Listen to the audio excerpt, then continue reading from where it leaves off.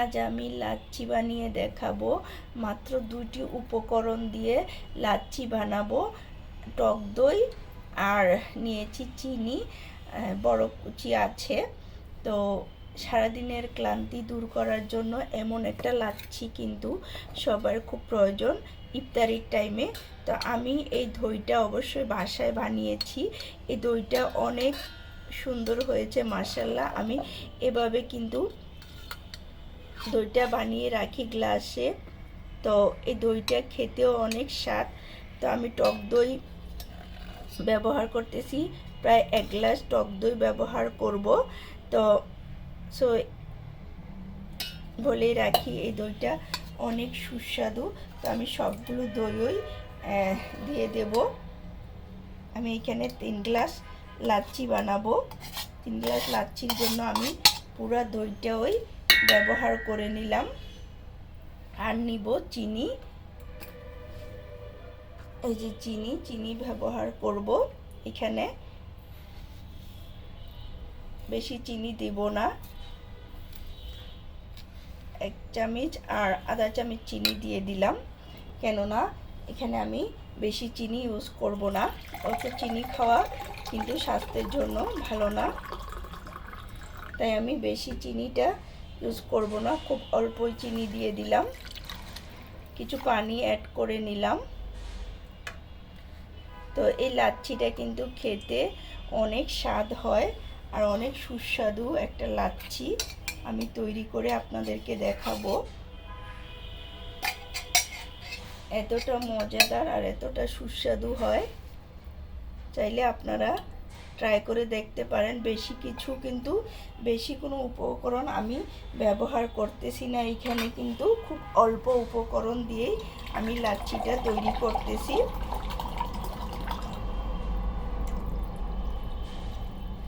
এই লাচ্ছিটা কিন্তু খেতে দারুণ স্বাদ হয়। এই যে বরফ কুচি নেব, এখানে আমি কিছু বরফ কুচি দিয়ে দেব।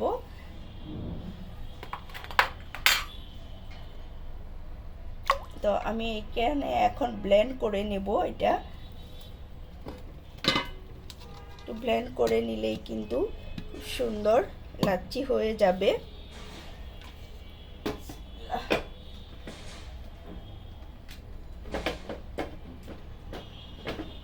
ব্লেন্ড করার জন্য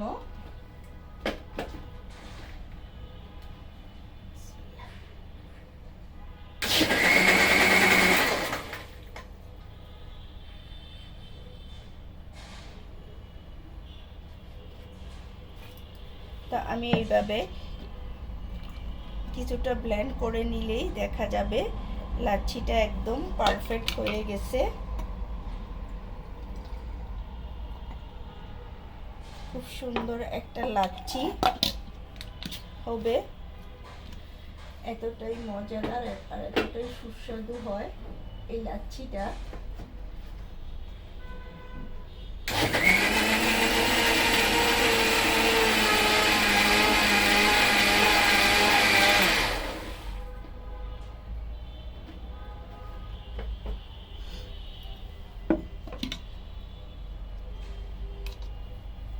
তো আমার ব্লেন্ড করা হয়ে গেছে, এখন আমি ঢেলে নেব।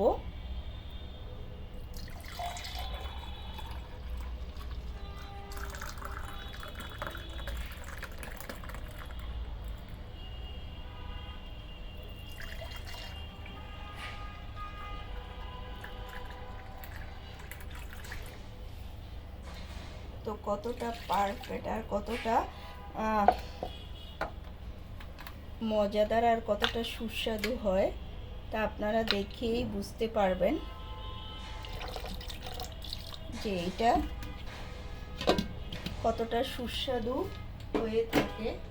এরকম একটা লাচ্ছি কিন্তু রমজানে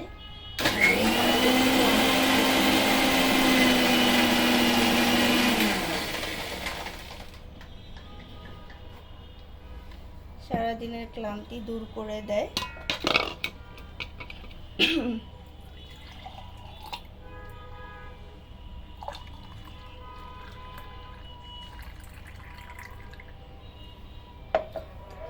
আমি এখানে 3 গ্লাস লাচ্ছি বানিয়ে নিয়েছি। এই যে দেখুন, খুব অল্প সময়ে কিন্তু অল্প উপকরণ দিয়ে এত মজাদার আর এত সুস্বাদু একটা লাচ্ছি বানানো যায়। বেশি কিছু কিন্তু প্রয়োজন হয় না, আর বেশি কিছু দরকারও পড়ে না এমন একটা মজাদার আর এমন একটা সুস্বাদু লাচ্ছি বানানোর জন্য। আপনারা চাইলে কিন্তু ঘরে এরকম স্বাস্থ্যকর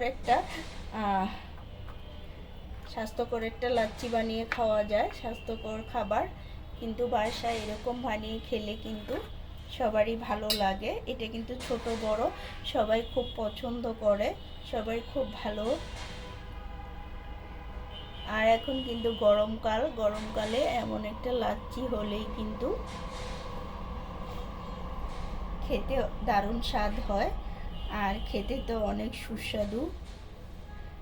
আসসালামু আলাইকুম। যারা যারা এতক্ষণ আমার ভিডিওটি দেখতেছেন, প্লিজ লাইক দিতে ভুলে গেলে একটা করে লাইক দিয়ে দিবেন, আর নতুন বন্ধু হয়ে থাকলে সাবস্ক্রাইব করে পাশে থাকবেন যদি কোনো অংশ একটু হলেও ভালো লাগে।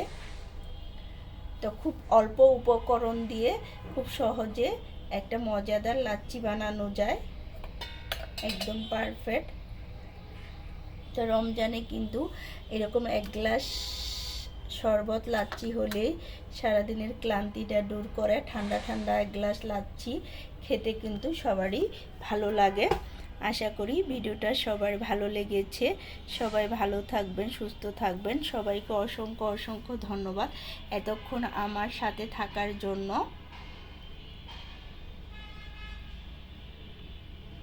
রমজান প্রায় শেষ পর্যায়ে চলে যাচ্ছে। মাহে রমজান আসলে ইবাদতের মাস।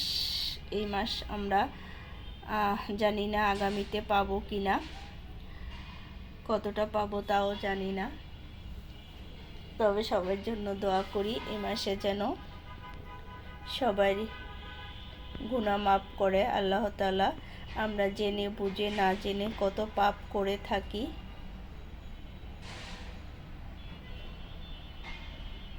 তবে আল্লাহ তাআলা ক্ষমাশীল। যত পাপ করে থাকি না কেন আল্লাহর কাছে মাথা নত করলে আমাদেরকে আল্লাহ চাইলে ক্ষমা করে দিতে পারেন। আর সবসময় আমরা চেষ্টা করব পাপ থেকে দূরে থাকার জন্য যতটা সম্ভব, কারণ আমরা মরণশীল। একবার আল্লাহর কাছে যেতে হবে, তার কাছে কি নিয়ে দাঁড়াবো জানি না। সবসময় একটা টেনশন থাকে মাথার মধ্যে যে কখন জানি চলে যাই। আর চলে যাওয়াটা টেনশন না, আসলে খারাপ লাগে এটা ভেবে যে আল্লাহর কাছে কি নিয়ে দাঁড়াবো, সামনে কি নিয়ে দাঁড়াবো। আমরা জানি না কতটা পাপ করে থাকি নিজের অজান্তে, জেনে শুনেও হয়তো করি। তো আল্লাহ তাআলা যেন সবসময় আমাদের শয়তানের ওজর থেকে দূরে রাখে, সবসময় এই দোয়াই করি। সবাই ভালো থাকবেন, সুস্থ থাকবেন। আল্লাহ হাফেজ। সবাইকে অসংখ্য অসংখ্য ধন্যবাদ। আসসালামু আলাইকুম।